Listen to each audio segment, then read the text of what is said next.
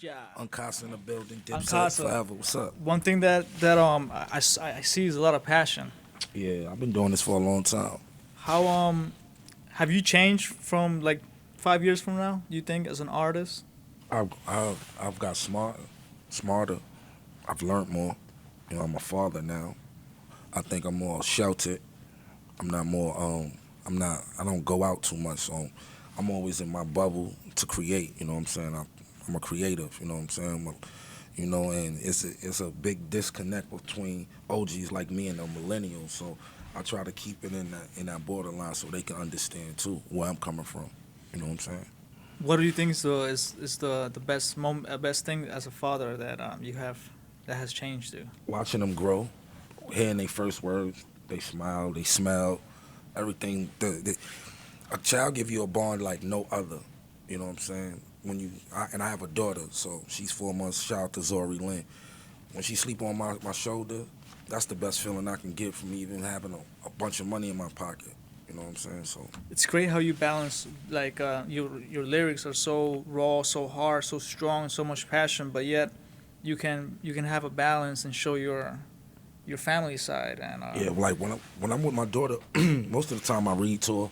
You know what I'm saying? I read literature to her. I talk to her. I talk to her like an adult, not in adult language, but I talk to her so when she's old enough, she's gonna comprehend what's going on. You know what I'm saying? They say teach them from birth. You know what I'm saying? So that's what I do. You know what I'm saying? I try to install things in my daughter that my moms and dad and install in me at a young age that I think they should have, but you know, now it's and my turn. as a young age, when did the music come into your life? I've been writing rhymes since I was like 9 years old. I started really taking it serious. Like I wanted to be a rapper at 13. Got one of my first record deals at like 18, 19. You know, stuff like that. So I always been into music. You know what I'm saying? I wasn't a kid that watched sports. If it was sports, it was like gymnastics or some shit like that. I wasn't into basketball, football, or nothing like that. You know what I'm saying? So I stayed with my ear to music. You know, all types of music, blues, jazz, modern, African, any type of music that caught my ear. I basically listen to it. Soft rock, heavy metal. I'm a Renaissance man when it comes to music. That's So great. That shows that you are open to being versatile, that's of course. and you don't limit yourself because as a creator you can't limit yourself. I guess because me being young and me being young at the time, I was traveling a lot, so I got exposed to a lot of different things. One summer I spent my a summer in Tampa, Florida, a little town in Tampa called Brandon, and I was in Florida. And that's how I got exposed to like still Nirvana's, Stone Temple Pilots, stuff like that. You know what I'm saying? So Can you rap to that beat? Oh no, I was supposed to say Unkasa is gonna kill that with the ringtone. um, what kind of vinyls do you still have any vinyls from like back in the days? yeah, I still have vinyls in my Damn. mom's storage. I still got like Motown vinyls, like Michael Jackson, New Edition, like stuff that I was just basically brought up. I inherited my mom's record collection. You know what I'm saying? So a lot of Motown, a lot of funk, a lot of R&B, definitely a lot of hip hop. So yeah. What were some of the hip hop That I grew up off. influences? Big Daddy Kane, We were just not speaking on Big Daddy Kane, not Big too. Daddy Kane, Nas, Wu Tang, Stetsasonic, Leaders of the New School, Das Effects, uh, NWA, um, KRS-One, everything. Lord Finesse, LL Cool J, Big L. That's all I listen to. You know what I'm saying? If you can grab an artist from back then and work with him, who will you work with? Rap artists, Yeah, rap artist. Easy E, And what song will you remix with him? Boys in the Hood. You haven't done a remix of that yet? Nah, I'm very. I grew up off of West Coast rap and East Coast Nice. rap. You know what I'm saying? I brought up one like soon, like even one of the first songs I think I memorized was a Uncle Luke song. You know what I'm saying? I heard that and then, like I had to play that shit like when my mom's was nowhere in the house because Damn. the lyrics on it was crazy. So Right. when I first met, I was like, damn, I memorized all these rhymes like this. I can memorize my own rhymes. So I went from writing my rhymes down to just spitting them on my head, memorizing them. You know what I'm saying? You start getting happy when you can start playing that song around your mom, right? You're like, damn. Nah, after she found out I can rap, I think she didn't even care. She wasn't even. My mom's never censored us, but they was saying some shit like shit I wasn't really supposed to be looking like fucking and getting head and Damn, all type of stuff like that. So I couldn't play that really around her. She wouldn't really say nothing, but just out of respect, cause she was my mom, I ain't play that around her. All the other shit, NWA, Wu Tang, all that other shit got played. Right. And what was one of your first music videos that you recorded? One of my first music videos of my own, Right. Purple City Bird Gang. Wow. And when you created that, what platforms were you using? See, back I say about 15 years ago, it wasn't, the internet was just really starting the way it is now. So we had DVDs. I came up in the DVD era. Wow. And people was taking, right around when YouTube first started, they was taking the DVD footage and putting it on YouTube and stuff like that. So that's how YouTube was getting a lot of my content, from people uploading videos that I was on. Like, shout out to Smack DVD, shout out to Sub-Zero, shout out to Poke DVD, shout out to all the outlets. Night Sessions, shout out to everybody that put me on their platform from back in the day. And then the rap battle scene. How did that all come about? I always battled. That's how I got my notoriety in the hood, battling, going from state to state, hood to hood, block to block, battling. By the time it got to the platform it's at now, I've already retired. I don't feel like I have nothing to prove. I don't want to battle nobody. I don't feel like I'm that nigga. Like, niggas can't fuck with me. Songs, bar for bar, nothing. Like, And when you were battling, a lot of like your persona was street credit as far as your lyrics. Because nowadays, I mean, you have all these metaphors, similes. yeah, street credit. You know, right now Like I said, back then it was just you had to have clips. Clips meaning you have to have ammunition full of rhymes. So it wasn't like no schedule. Like now they schedule, you go do research on this guy, find the dirt about him. Nah, it's perfect time, right? it was like, yo, Last this nigga, mistake. it was like, this nigga talking shit, where he at?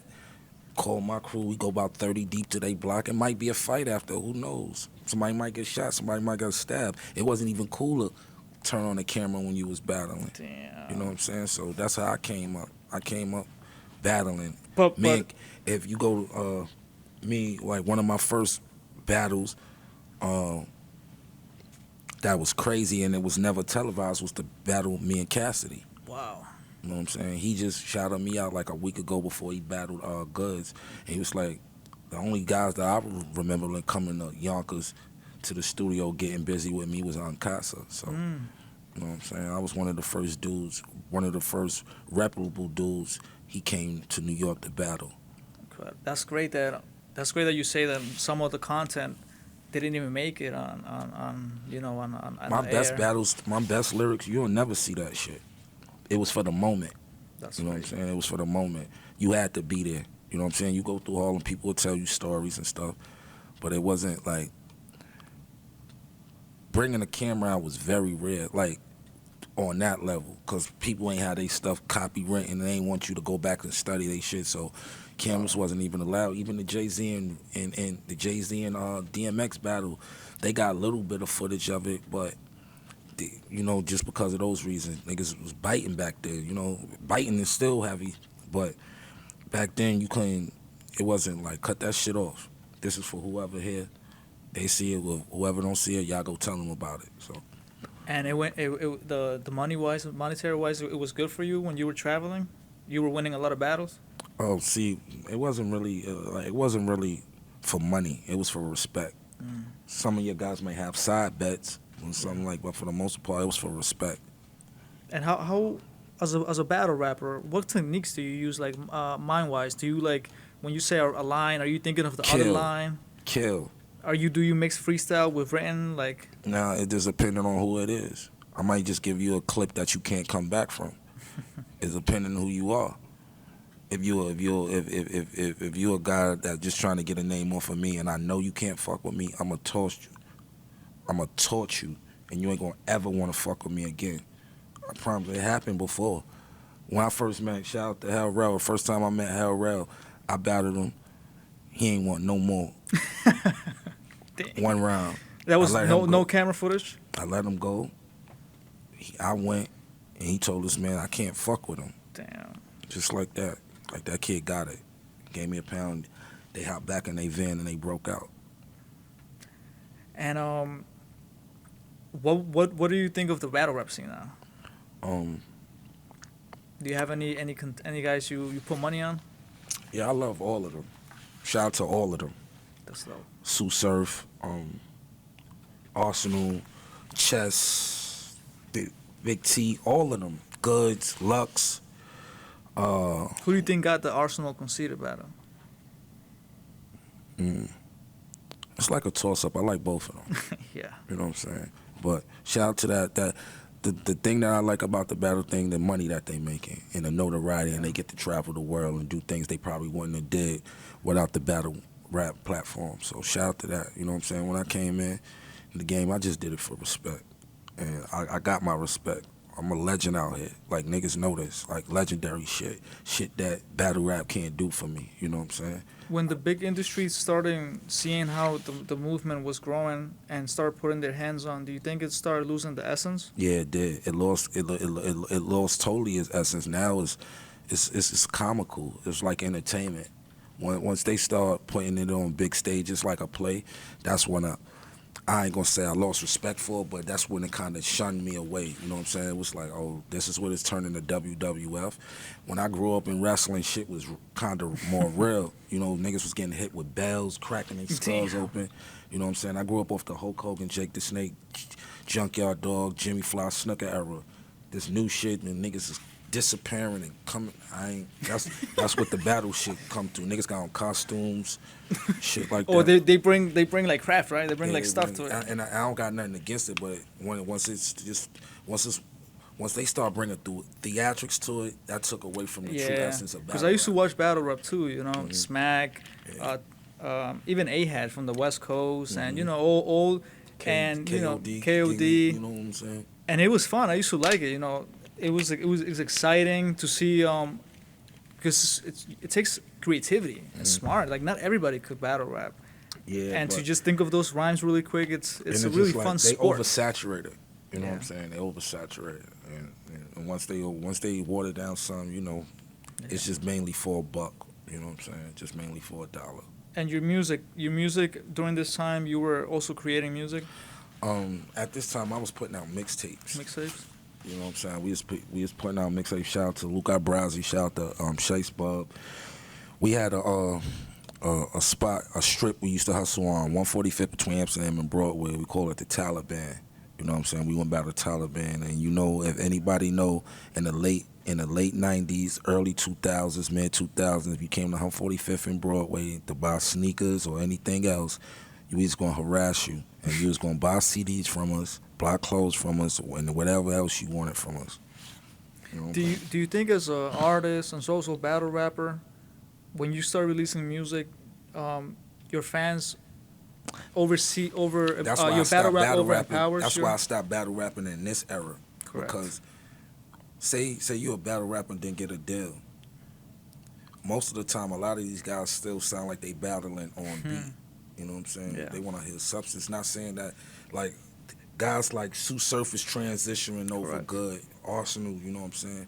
But in the main lens, you're a battle rapper. Correct, You know yeah. what I'm saying? So that's where that goes. That's why I tell them, a lot of them, you got to separate.